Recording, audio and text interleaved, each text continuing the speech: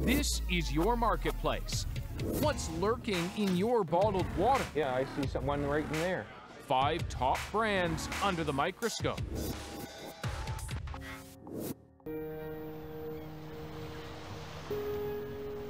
We've got 20% of all the world's fresh water just in this country.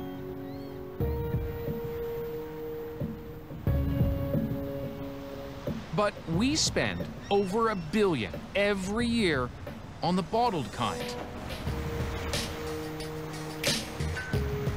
So, we're going shopping in 4 cities across Canada to test what exactly we're drinking. Thank you.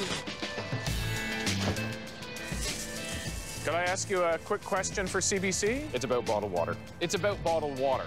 It's about bottled water. And we're asking, why do we drink so much of it? I'll take a bottle of water to work with me.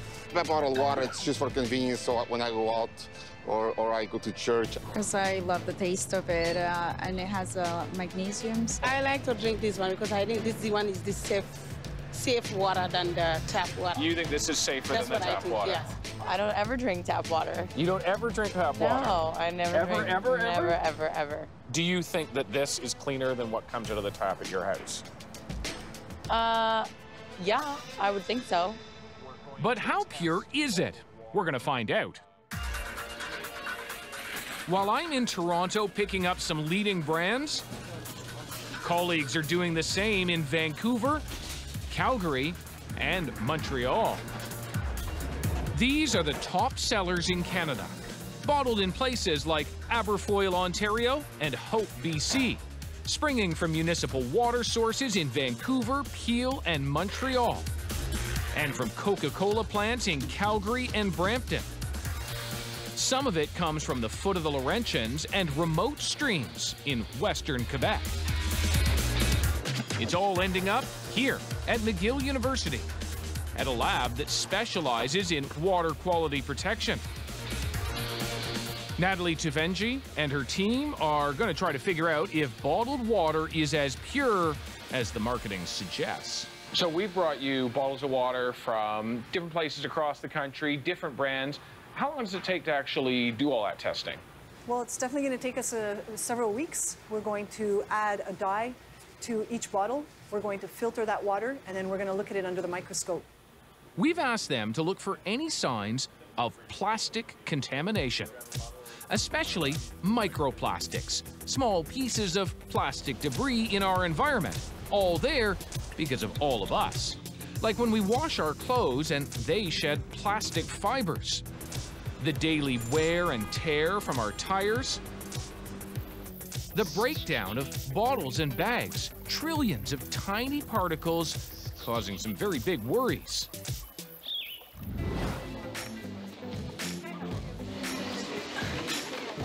Pretty cool, eh? Cool looking, but this sculpture at Toronto's Union Station puts things into perspective.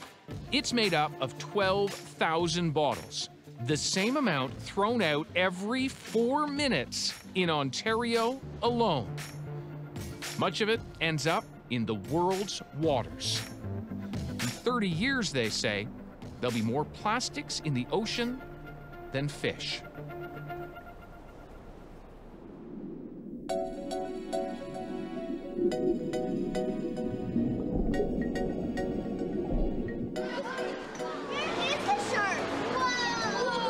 Kids are learning about our impact on marine life here at Ripley's Aquarium in downtown Toronto. It's an amazing setting to underscore what's at stake. And it's actually really bad for animals. Does anyone know what that is?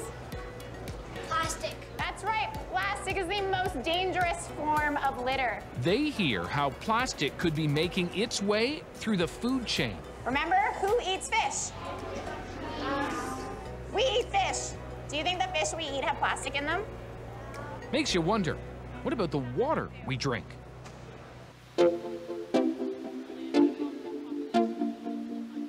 I catch up with Ripley's diving team to hear more. I haven't been diving in a few years, so I've got to sort of have it all come back to me, yeah. They've experienced firsthand the threat plastics pose in the wild. You ever seen plastic in the water? I have. Unfortunately, even in the most remote places that you think you're far away from all the land of all the populations, you will still find plastics, unfortunately. I get it.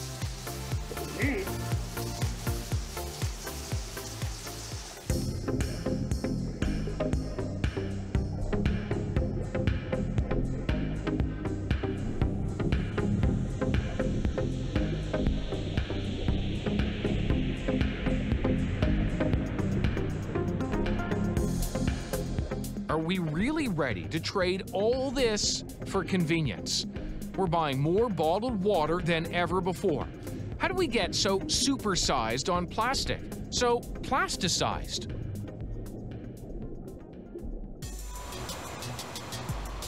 To find out, I'm hitting the bottled water aisle with Allison Hunt. So you have done every kind of marketing for every kind of product, seemingly.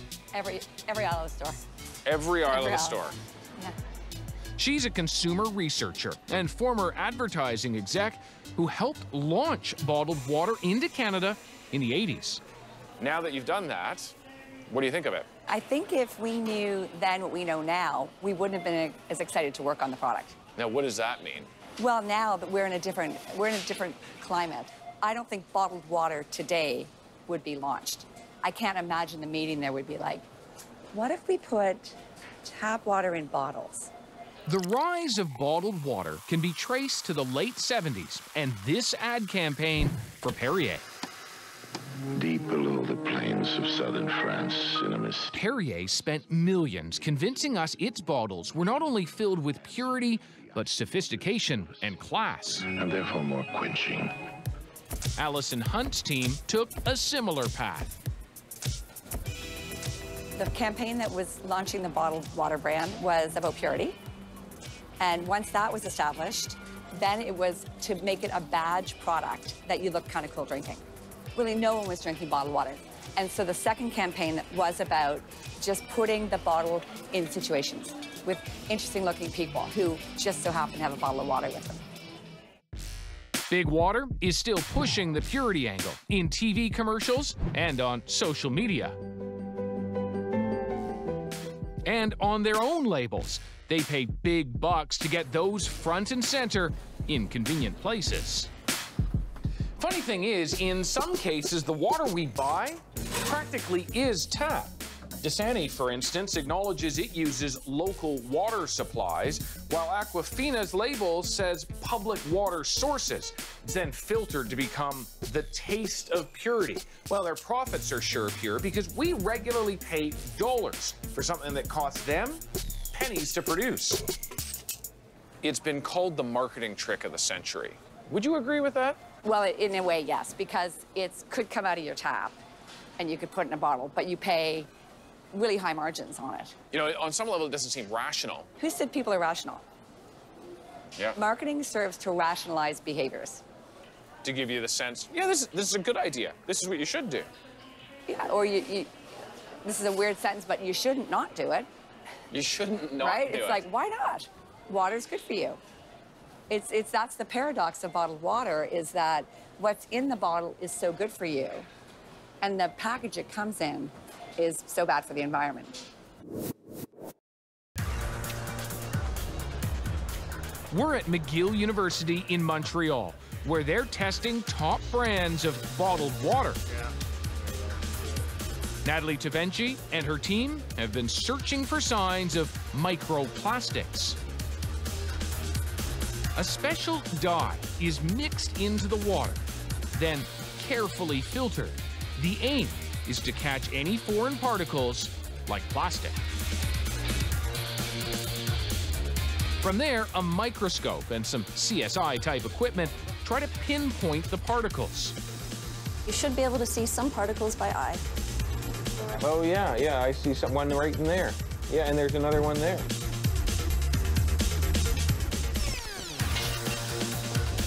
And finally, using liquid nitrogen and a plastic detection machine, they analyze the particles.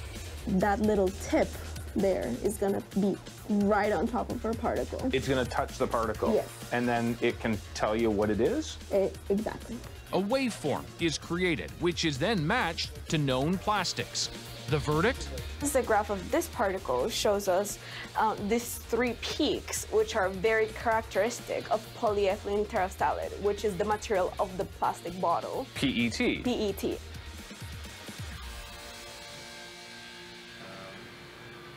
We asked you to look to see if there are plastics or particles in this water. What'd you find? So what we were able to show is that of the 50 bottles that we tested, 30 of them, we were able to identify that there was plastic. The majority of them. The top chart shows particles above 100 microns. How big is that? 100 microns is about the size, the width of a human hair. So it's pretty small. But big enough to identify many of the particles. We know that there are different types of plastics. So for example, we found rayon, which is a material used in clothing. And we found polyethylene, which is a material used for making plastic bottles or caps. Surprisingly, they even found plastic in the glass bottles they tested. This company sells water in both plastic and glass. Exactly. And it's still got plastic in the glass one. Exactly. Although in lower levels. Yeah, it could be coming from the source, it could be coming in the bottling process itself, maybe from the air.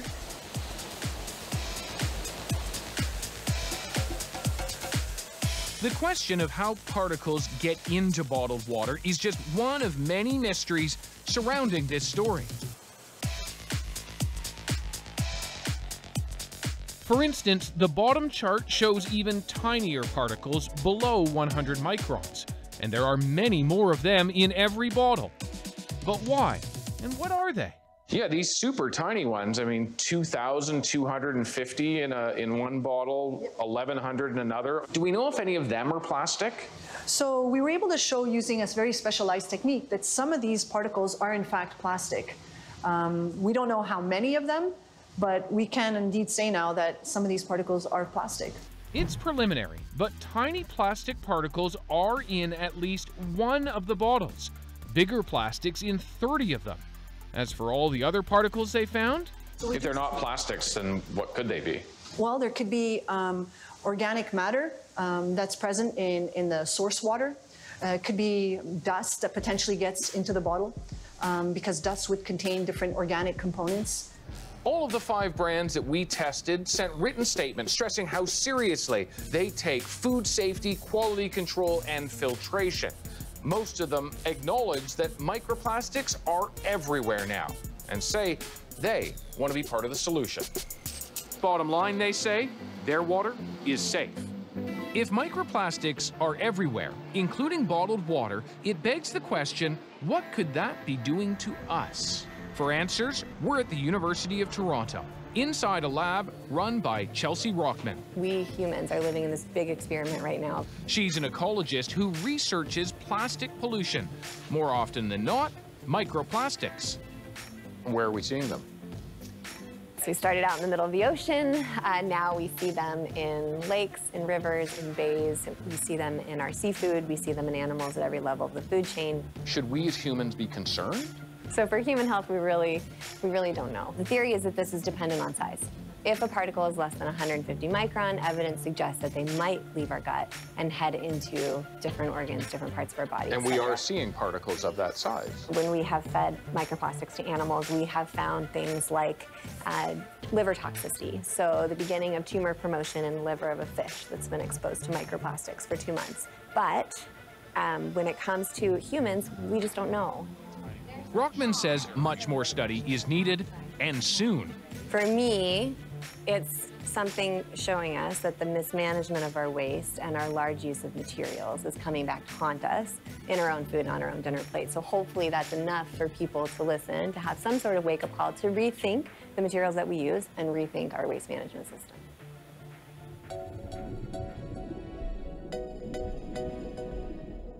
Back at Ripley's Aquarium, where bottled water is never sold, school kids take a lunch break and drink only from refillables. You have a plastic water bottle?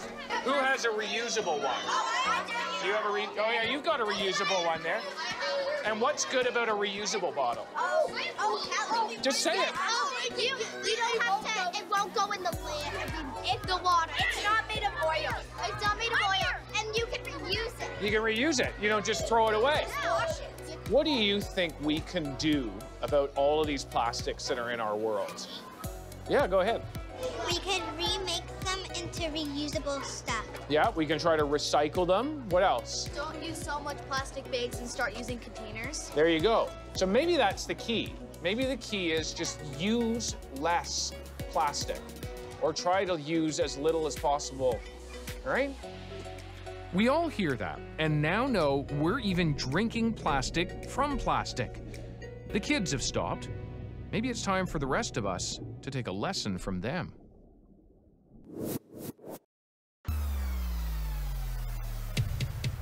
In a world where it's getting tougher to tell the difference between a real deal and a real scam. These companies are scammers. Where it feels like big business is against us.